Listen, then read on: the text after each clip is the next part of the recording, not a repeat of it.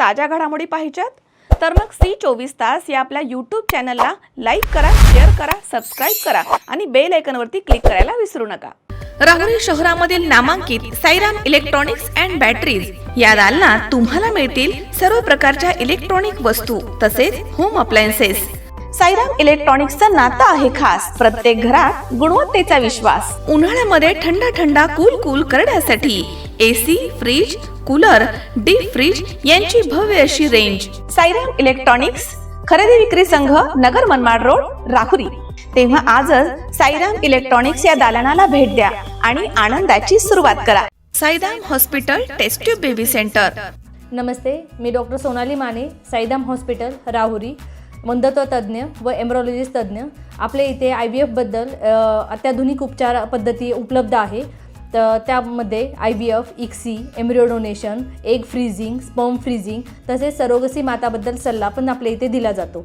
आपल्या इथे हमखास गुण येण्यासाठी प्रयत्न केले जातात। साईराम हॉस्पिटल लॅप्रोस्कोपिक सेंटर आणि test baby centre, court area, Bhagyashree हॉटेलच्या पाठीमागे, राहुरी। पाठदुखी, कंबरदुखी, खांदादुखी, सांधेदुखी तसंच मणक्याच्या आणि पॅरालिसिस आजारांपासून डॉक्टरकडे जाऊन वैतागले आहात का? तर आहे ना राहुरीमध्ये आयुर्वेदिक खात्रीशीर उपचार। Doctor Melavane hospital and spines care therapy centre, Rahuri bus stand समोर। डॉक्टर केतन धनंजय मेळवणे, संपर्क 9890 42 52 40। 25 वर्षाची परंपरा, डॉक्टर मेळवणे हॉस्पिटल। ग्रामीण भागामधील बँकिंग सुविधेच्या विस्तारासाठी महत्त्वाचा टप्पा म्हणून पारनेर तालुक्यातील नांदूर पठार इथे सेंट्रल बँक ऑफ इंडियाच्या मिनी शाखेचे उद्घाटन मोठ्या उत्साहात संपन्न झालं। परभणी जिल्हा परिषद सदस्य आणि नांदूर पठार गावाचे सुपुत्र भरतदादा घनदाट यांच्या अध्यक्षतेखाली हा कार्यक्रम पार पडला। राष्ट्रवादी काँग्रेस पार्टीचे ज्येष्ठ नेते दीपक अण्णा लंके यांच्या शुभ हस्ते शाखेचं उद्घाटन करण्यात आलं। यावेळी टाकेडोकेश्वर जिल्हा परिषद गटाचे नेते रवींद्र राजदेव, सरपंच संदीप चौधरी, उपसरपंच सुनील राजदेव तसेच माजी सरपंच भानुदास आगरे, हरिभाऊ आहेर, नवनाथ पाटील घोलप तसेच दत्तात्रय देशपांडे, मारुती आगरे, पंढरी आगरे, ज्ञानदेव लक्ष्मण चौधरी, विलास महाराज आहेर, राजेंद्र राजदेव, रामदास राजदेव तसेच बबन घोलप, स्वप्नील राजदेव, बाबाजी चौधरी, ग्रामसेवक रामदास सांगळे, प्रकाश राजदेव, संतोष घनदाट यांच्यासह विकास विद्यालय प्राथमिक शाळेचे सर्व विद्यार्थी, शिक्षक, ग्रामस्थ आणि माता भगिनी मोठ्या संख्येने या ठिकाणी उपस्थित होते। उद्घाटन समारंभानंतर उपस्थित विद्यार्थ्यांना शैक्षणिक वह्या आणि खाऊचं वाटप करण्यात आलं। यावेळी बोलताना भरतदादा घनदाट यांनी गावामध्ये झालेल्या विविध विकास कामांचं कौतुक केलं आणि ग्रामीण भागात बँकिंग सुविधा उपलब्ध झाल्याबद्दल उपस्थितांचे आभार मानले। त्यांनी भविष्यामध्ये गावाच्या प्रगतीसाठी सर्व स्तरांमधनं सहकार्य मिळेल अशी अपेक्षा व्यक्त केली। राष्ट्रवादी काँग्रेसचे ज्येष्ठ नेते दीपक अण्णा लंके यांनी नांदूर पठार गावाचा विकास आणखी वेगानं होईल असं आश्वासन दिलं। बँकेच्या नवीन शाखेमुळे शेतकरी, विद्यार्थी आणि ग्रामस्थांना बँकिंग सेवा घराच्या जवळ उपलब्ध होणार आहे, त्यामुळे गावाच्या आर्थिक प्रगतीला चालना मिळणार आहे असा विश्वास व्यक्त करण्यात आला। हा कार्यक्रम नांदूर पठार गावासाठी ऐतिहासिक ठरलाय। ग्रामीण अर्थव्यवस्थेला बळकटी देणारा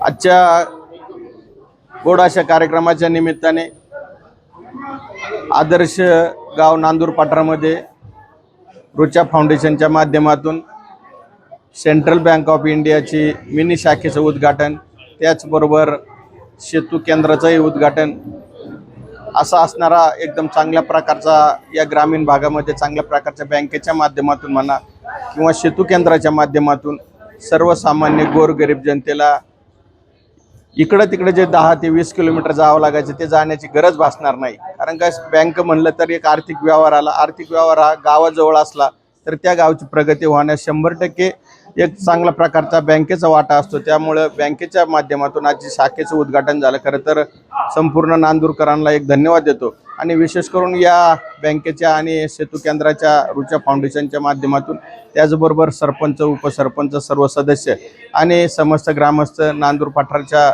सर्व ग्रामस्थांना एक धन्यवाद देतो आणि चांगल्या प्रकारचा या गावाच्या निमित्ताने, उद्घाटनाच्या निमित्ताने आपण बोलवलं। खरं तर समस्त ग्रामस्थ नांदूर पठारांना धन्यवाद देतो आणि विशेष करून या आपल्या सेतू केंद्राच्या आणि बँकेच्या उद्घाटनाच्या माध्यमातून असणारे आमचे मार्गदर्शक, या भागाचं नव्हे तर परभणी जिल्ह्याचा असणारा भूषण, खरं तर गंधाट मामांच्या माध्यमातून असणारे आमचे खरंच तर दादा पण परभणीवरून इथं आले। खरं तर दादांना या कार्यक्रमाच्या निमित्ताने योगायोग म्हणावं असं म्हणजे वावगं ठरणार नाही, कारण का दादांचं तसं तर कमी वेळ या गावामध्ये येण्याचं होतं, परंतु या बँकेच्या उद्घाटनाच्या माध्यमातून त्यांनी वेळात वेळ काढून या कार्यक्रमाच्या निमित्ताने उपस्थित राहिले.